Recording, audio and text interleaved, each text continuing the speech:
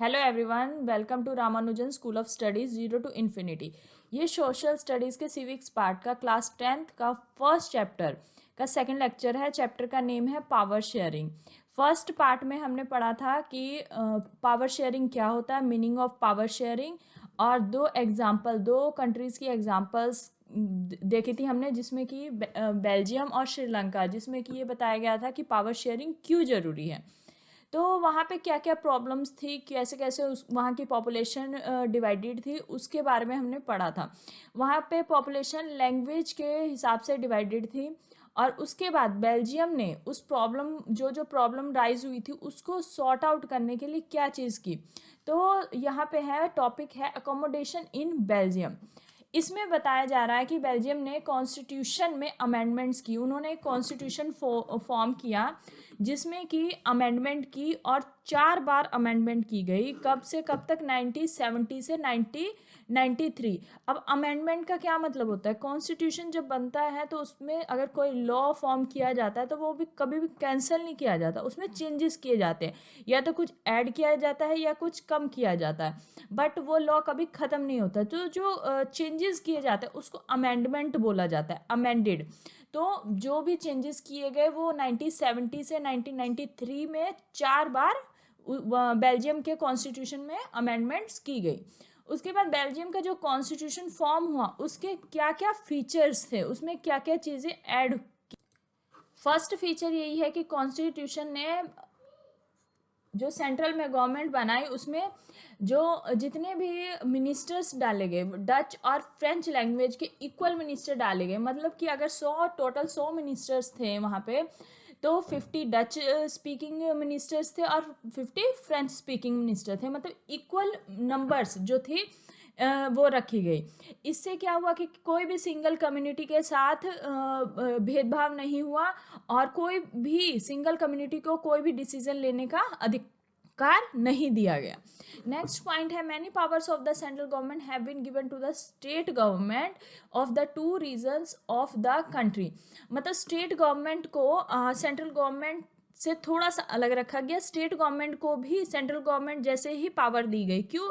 क्योंकि हर एक स्टेट में डिफरेंट डिफरेंट रीजन्स के लोग रहते थे। कोई ऐसा स्टेट था जहाँ पे सिर्फ डच स्पीकिंग लोग रह रहे थे, कोई ऐसा स्टेट था जहाँ पे फ्रेंच स्पीकिंग लोग रह रहे थे।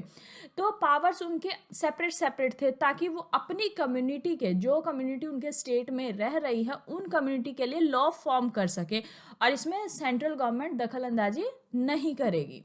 नेक्स्ट हमारा है ब्रुसेल। जो है उसको एक सेपरेट गवर्नमेंट, ब्रुसेल में एक सेपरेट गवर्नमेंट बना दी गई, जिसमें कि क्या था कि बोथ कम्युनिटीज़ को के इक्वल रिप्रेजेंटेटिव थे। ब्रुसेल में जो गवर्नमेंट थी उसके वहाँ पे भी इक्वल रिप्रेजेंटेटिव थे। मतलब 50% तो डच स्पीकिंग थी और 50% फ्रेंच स्पीकिंग थी।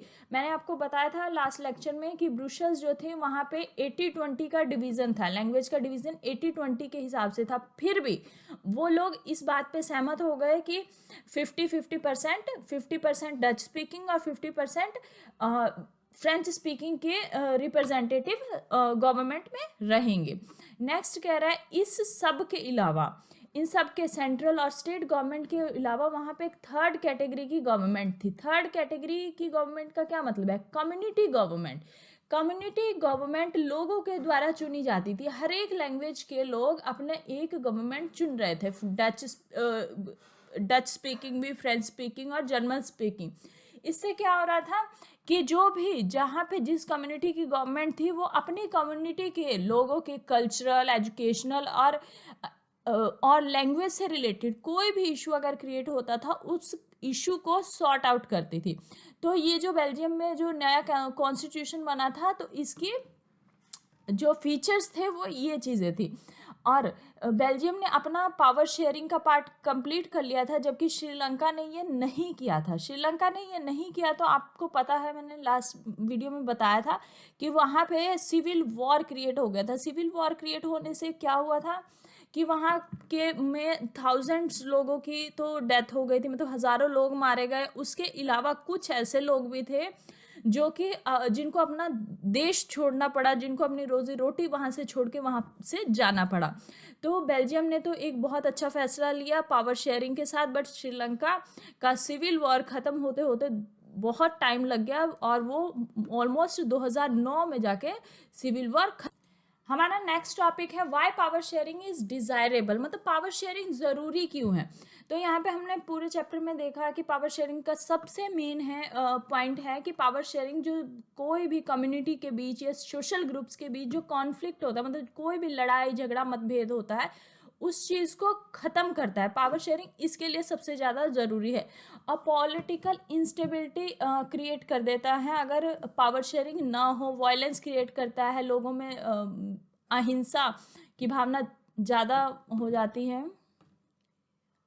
लोग सरकार के खिलाफ खड़े हो जाते हैं, लोगों में हिंसा की भावना बढ़ जाती है, जो कि देश के लिए अच्छी बात नहीं है। तो पावर शेयरिंग क्यों ज़रूरी है? इस सब चीज़ों को रोकने के लिए ज़रूरी है, लोगों में सेटिस्फैक्शन के लिए ज़रूरी है कि उन सब की ज़रूरतों को पूरा किया जाएगा सरकार के द्वारा और लोग शांति से रहेंगे।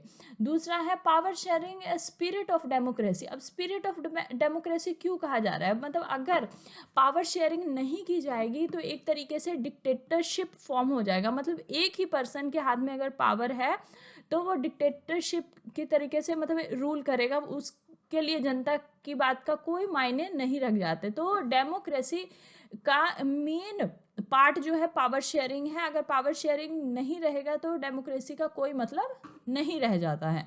हमारा नेक्स्ट टॉपिक है फॉर्म्स ऑफ पावर शेयरिंग। अब पावर शेयरिंग के कौन कौन से फॉर्म्स हैं? तो पावर शेयरिंग के यहाँ पे 4 फॉर्म्स दिए गए हैं। फॉर्म्स का मतलब कितने तरीके से पावर को शेयर किया जाता है, कौन कौन से मेथड से पावर को शेयर किया जाता है। फर्स्ट फॉर्म है हॉरिजॉन्टल डिस्ट्रीब्यूशन और separation of power.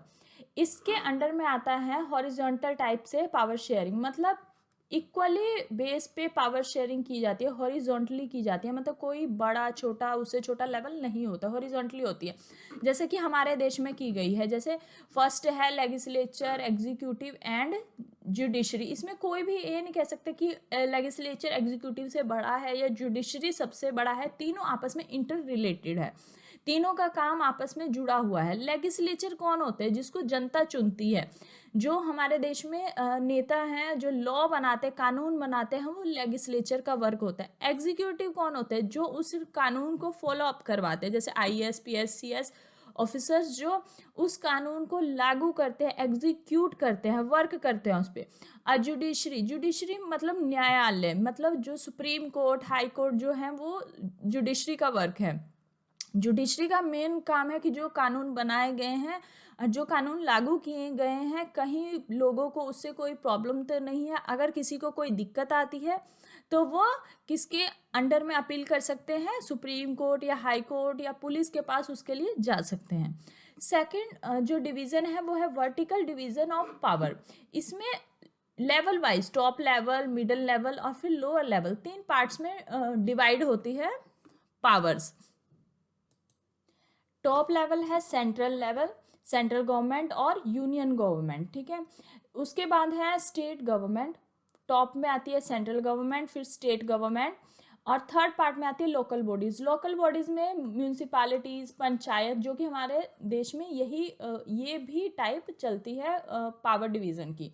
Central government, उसके बाद है स्टेट गवर्नमेंट और लोकल बॉडी। नेक्स्ट चैप्टर्स में हम ये सारी चीज़ें क्लियर करेंगे। उसके बाद इस सिस्टम को, ये जो सिस्टम होता है जो टॉप लेवल, मिडिल लेवल और लोअर लेवल पे पावर्स को डिवाइड करता है, उसको कहते हैं फेडरल सिस्टम ऑफ गवर्नमेंट। ये हमारे कॉन्स्टिट्यूशन का जो है एक फीचर है, फेडरल सिस्टम एक फीचर है हमारे कॉन्स्टिट्यूशन का।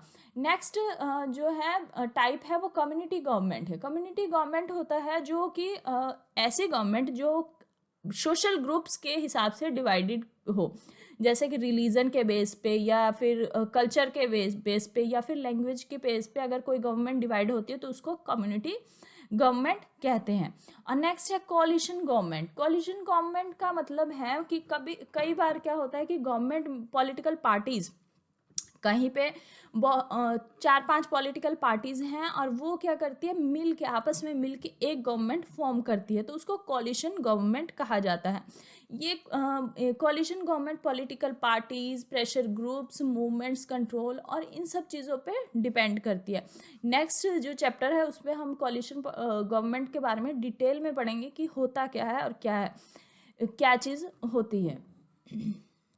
पावर शेयरिंग के इस चैप्टर में ये इतना ही था। मैंने सारे जो हेडिंग्स थी वो सारी आपको क्लियर कर दी है, सारे समझा दिया। आई होप आप लोगों को ये लेक्चर समझ में आया हो और अच्छा लगा हो। अगर आप लोगों को अच्छा लगता है तो प्लीज़ सब्सक्राइब करें इस चैनल को। Thanks for watching. Please subscribe this channel and share more and more. Thank you. Have a nice day.